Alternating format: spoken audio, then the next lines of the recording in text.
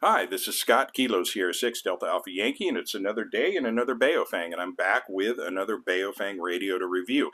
Today I'm going to be taking a look at the Baofeng UV-25, which is hands down the weirdest Baofeng I've ever encountered. Now, previous to that, the AR-152 was the goofiest Baofeng, but it was goofy in a way that I like. I call this my Army Man radio because it reminds me of Green Army Men that I played with when I was a kid. I happen to kind of like this radio a little bit. I may even do a second review on this one because this is an interesting little radio, but well, little is freaking huge. But the UV-25, when I saw that, it is weird, and it is. I'm going to throw in another word, and I'm going to say it's a little wacky. It's a strange ass radio. Now, my first impressions upon looking at this, and I'll get into the specs in just a second, but I just recently finished watching the Fallout series on Amazon. I don't play the game and never have played the game, although I may take it up because I did like the series. But I liked the aesthetic they had, where it was kind of a blend of new and 50s and 60s era technology. And my first impression on this radio when I looked at it was it kind of reminded me of a piece of Fallout gear, at least because while it looks kind of new and current, but it also does have kind of a weird, like I say, an old-timey aesthetic. Like, for instance, this volume control knob at the top and the on-off switch is kind of odd looking. And some people might appreciate that. It's not something I take particularly seriously because one thing, I like my radios to look cool, but I also like my radios to be practical, form following function, that kind of thing. And I don't really view this as a practical radio, but as kind of an odd little conversation piece. And I keep saying little, it's not little, it's massive. It's got some strange appeal, so I thought it was worth buying and taking a look at. So I bought this off of Amazon with my own funds, paid $56.99. I'll leave a link in the description to where I got it. And when I got it in, like I say, first impression, I had that sort of Fallout vibe going with it. And the second impression, aside from the size of the thing, which I knew it was going to be big, but I didn't expect it to be this big. But my next impression was how heavy it is. And I immediately put it on our postal scale at the shop. And this thing weighs in at 1.4 pounds, which is remarkably heavy. Now, a lot of that one would think is the weight of the battery, because it does have a big 5200 milliamp hour battery in it. Well, now, it's not as big as the one on the AR-152, but it is twice as big as, for instance, a UV-17R and the UV-21 that I just reviewed. That's about 2600 milliamps. So that's going to give you some battery life, I suppose. And like I say, it's got that sort of weird look. But the battery itself is not where all the weight is coming from. Without the battery attached, I noticed that the body of the radio weighed a lot. It almost felt like it was made out of metal. So I started looking, and this case is not metal, it's plastic. And for instance, this grill that looks like it might be metal and have screws, it's not. It's plastic, and the screws are molded in. They don't actually, well, they're not screws. They're just molded for looks, I suppose. But it does contribute, like I say, to that weird sort of Fallout vibe. Now, what does the radio actually do? Oh, and I should also mention it came with a couple of antenna options. So the first thing it came with was this gooseneck type antenna, which this is metal. It's not plastic. It is, I guess it's supposed to be a dual band whip. It works okay. It's not that terrific, to be honest with you. And one thing I would be worried about with this, and I know I'm sort of getting ahead of myself on this, but I would worry that bending this thing a lot, it's going to put a lot of stress at the base of the antenna. So I would recommend, if you're going to be bending this thing, hold the base as you do so. Otherwise, you're going to be imparting a lot of stress to the antenna connection, and that's just brass. Well, this is metal, and the metal is going to win over the brass, and eventually you're going to wear out that SMA connection. So be careful with that. And also, in doing so, it loosens itself up in the process, I should mention. But it also came with one of the infamous measuring tape antennas, blade antennas they're actually called, but it also came with this, so that's kind of more of a military look.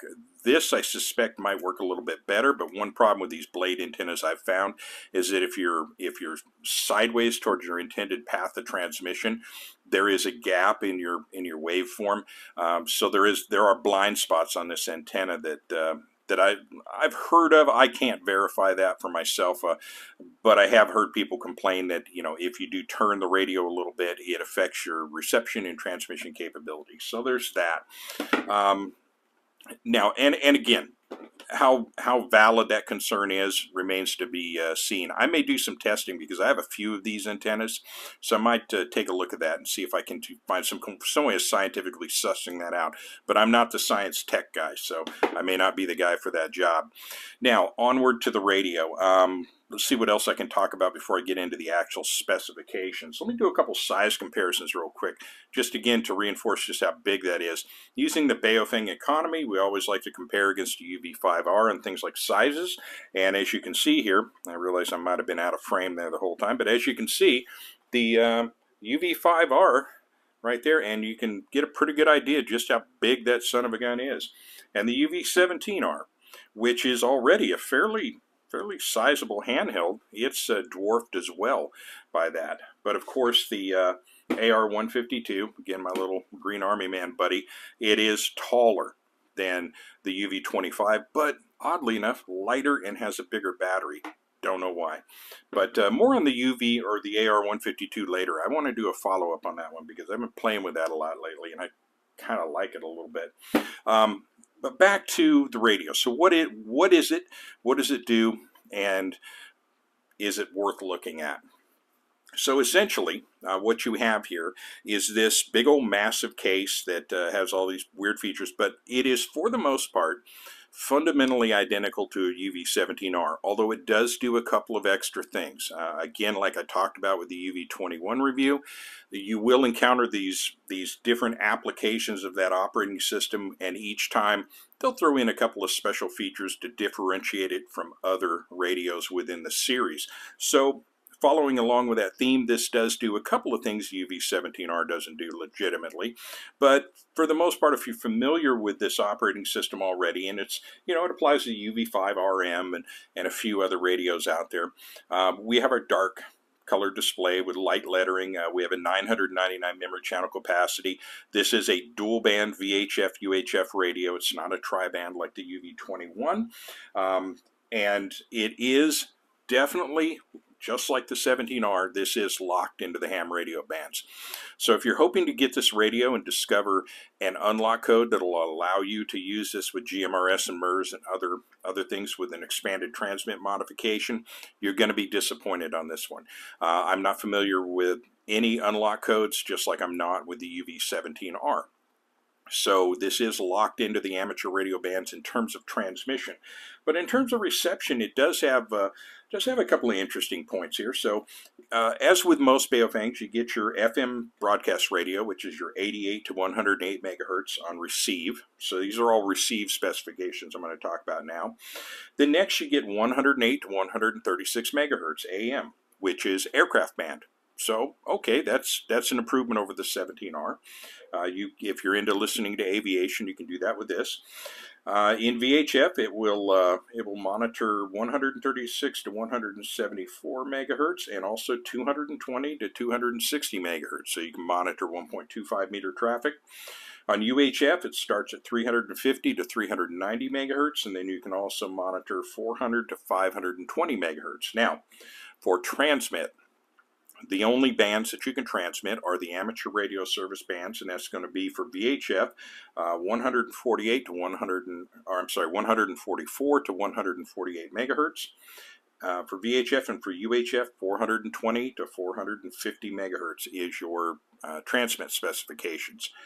So that's what it'll do there. I already mentioned 999 memory channels. It does not have banks or zones, so there is no way to allocate those 999 memory channels into smaller usable chunks. That's a common problem with the Baofengs, and it carries over to this one as well. So you're going to be putting a lot of channels on skip if you have all all of those memory slots filled up.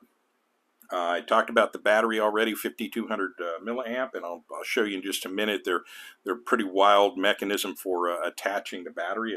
It's weird, but there you go. Now let's talk about output power specifications. I realize I did this on the 21R review. I did power at the rear. I want to put this at the front because one of the selling points on this radio is they advertise it as an 11 watt tri-power radio. So they're saying that on high, you're supposed to get 11 watts. On mid, you're supposed to get 8 watts. And on low, you're supposed to get 5 watts. But when I tested the radio, I tested it using the frequencies of 146.415 and 441.000 for UHF. Now here's what I got on VHF, the 146.415. On low, I got 3.1. I didn't get 5.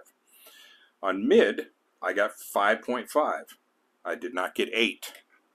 And on high, I got 8.5. I did not get 11.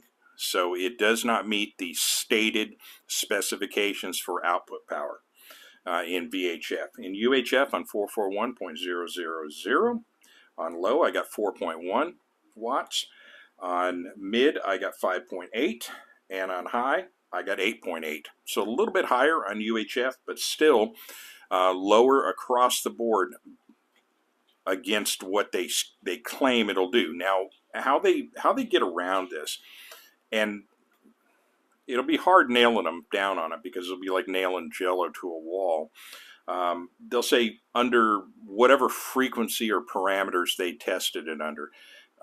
They may have got one unit or one specific time on one specific frequency to get that, and you could probably play around with different frequencies and get different readings, but I'm not surprised. This has been a common problem with Baofeng all through the years, although recently their newer radios coming in have met specifications. But this, if you're thinking this is going to be some master blaster high output radio, it's not.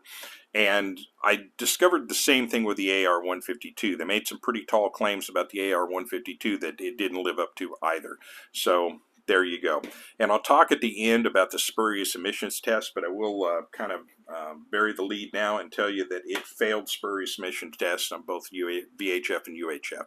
And I'll give the exact specifications for that at the end. It didn't fail it by much, but it failed it. So let's get to the rest of the specifications on the radio. Let's see if there's anything else I need to add here. Nope. Let's go ahead and do the walk around on the radio.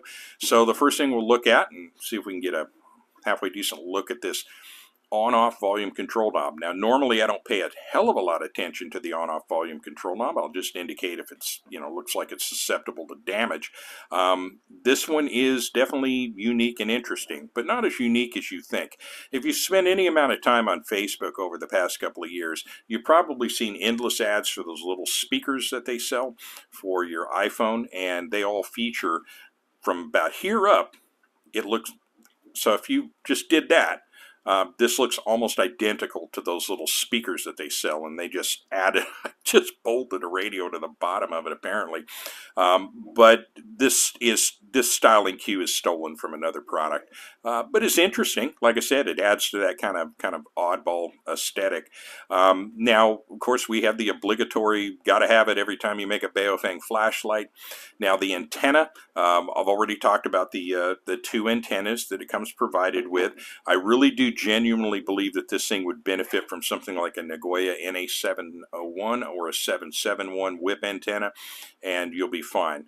It may not look as pretty, but it'll work a hell of a lot better, I suppose, because like I said, this gooseneck antenna is interesting, but I'm not impressed with the performance of it at all. It's very, very compromised. And I think it's compromised for a lot of reasons. I don't see how they're making an antenna out of the squeaky gooseneck material, but they're offering it. So I would say you're going to want to put a more appropriate antenna on there. And it is, as with all Baofengs, it's an SMA female connection on the, let's go ahead and take this off and show you. What a pain in the backside. Oh, and okay, so this is an SMA female on the antenna side, SMA male on the radio side.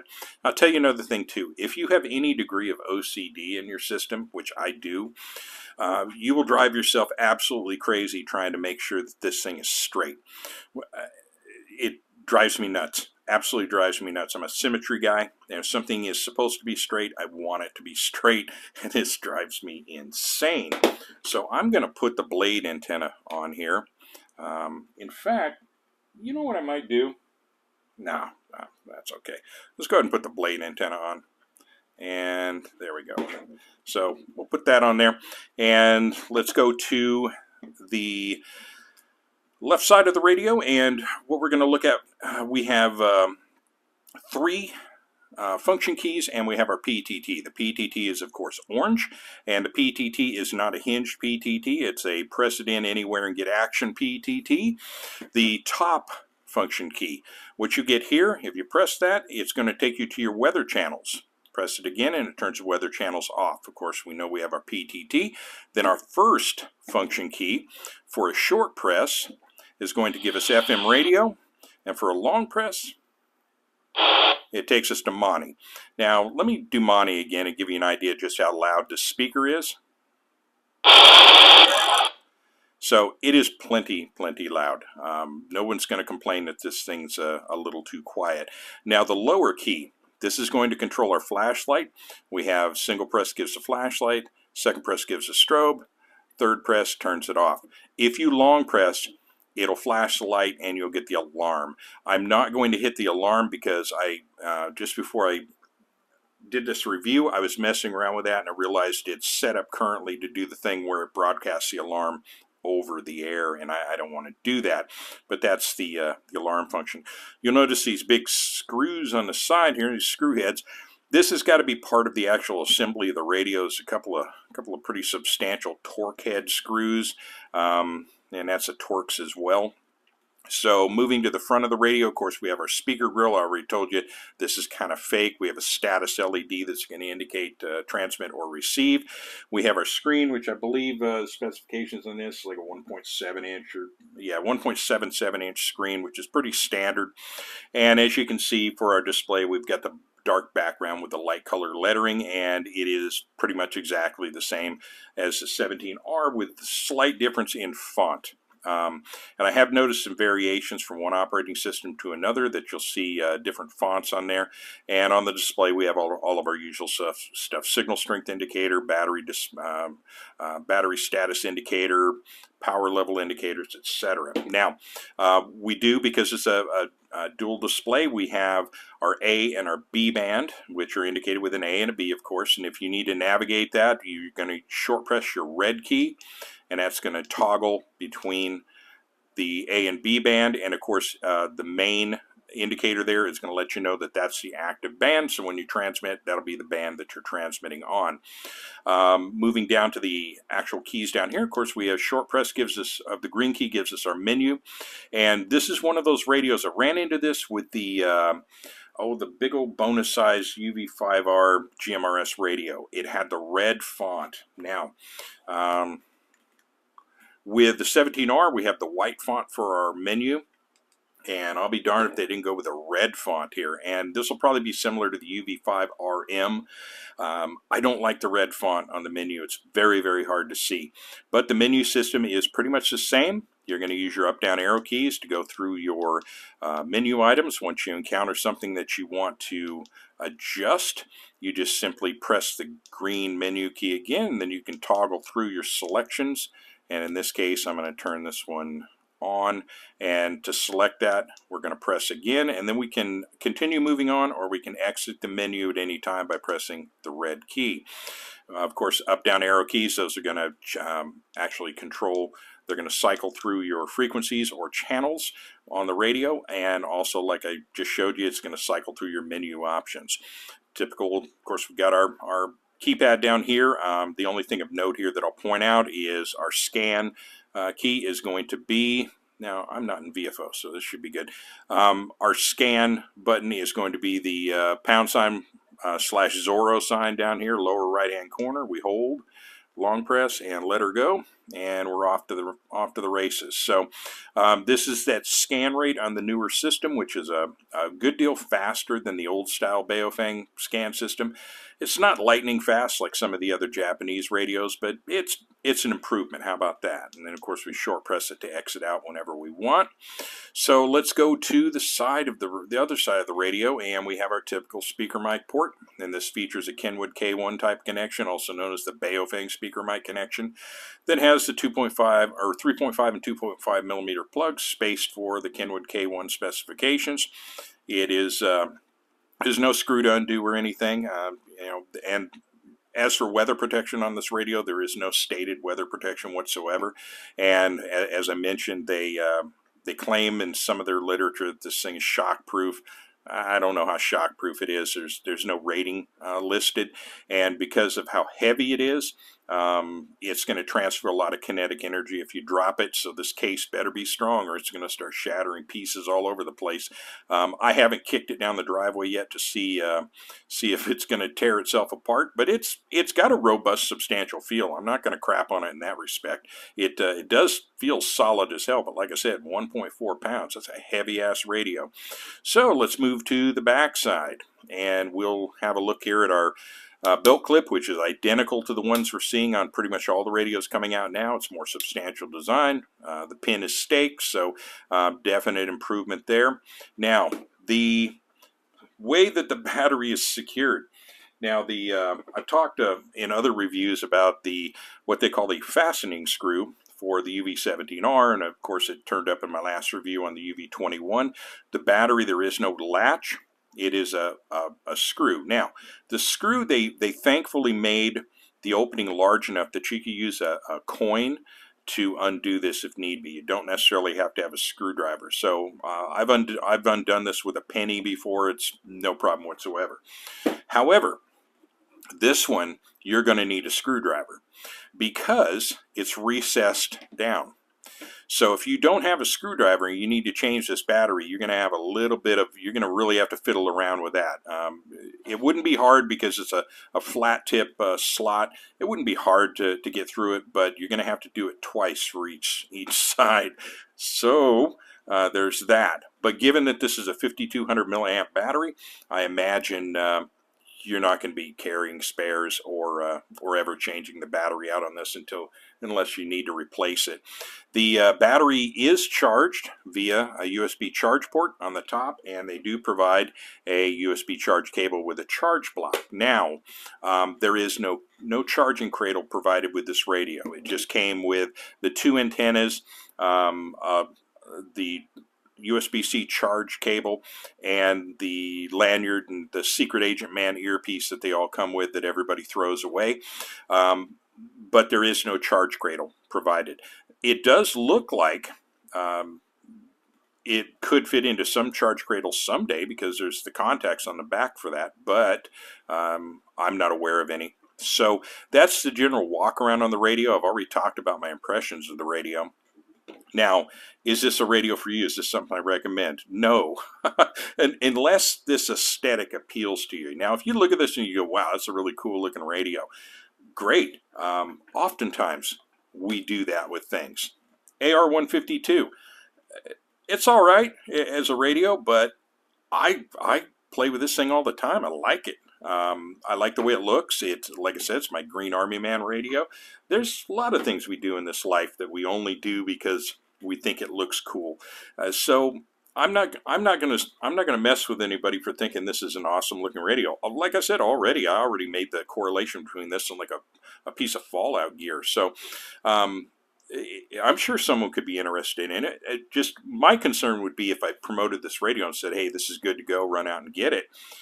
Is this really isn't an appropriate radio for, at least for me, for outdoor use. It's too heavy. If it did more than what it does, because for the size and weight of this radio, I can carry a UV-17R and 2 batteries, and it'll still be smaller and half as light. Maybe not half as light, but could be half as light. That would be a more practical decision, at least for me. But again, we don't always do things because we're practical. Sometimes we do them because we like them. And I can tell you this, If you roll up on a radio guy at a club meeting and you slap this thing on the table, it's going to be what we call a conversation starter, because right away they're going to want to know what the heck is that and why is that. So yeah, it would be a fun one to take to a club meeting, and for $56.99, if you got that kind of money to just throw around, why not? So let's talk about the testing. So I'm doing this for all radios now moving forward, since I got that tiny SA Ultra spectrum analyzer. So I did a spectrum analysis on this, and here are my test results. So as we know, for transceivers under 25 watts, the first harmonic below the fundamental needs to be at least 40 dB away. So anything less than 40 is a fail. So this is what I got on my testing. The frequency, let's start off with VHF. I used 146.415. And the best reading I got was 37.3 dB below the fundamental frequency. So that is a fail. It's not a fail by a lot, but it's a fail nonetheless because it's not 40. It's less than 40. On UHF 441.000, I got 38.4 below the fundamentals. So again, another fail. Now again, also, it's not a fail by far. So I don't know exactly what the margin of error is for the tiny SA Ultra. It could be right on the borderline of 40. And in some cases, depending on, if you had more sophisticated equipment, it might read out 40. But I am telling you, it's right on the line. You can decide how important that is to you. I'm not going to make that determination for you. Those are just the results, and I'm presenting them. And again, as always, that represents this radio, not all UV-25s, just this one that I bought. So that kind of wraps it up for my UV-25 review. Again, it's weird, it's funky, it's kind of cool on some levels, I suppose. So there you go. I thank you for watching or listening. This is Scott, Kilo Sierra 6, Delta Alpha Yankee from Visalia, California. Have a wonderful day.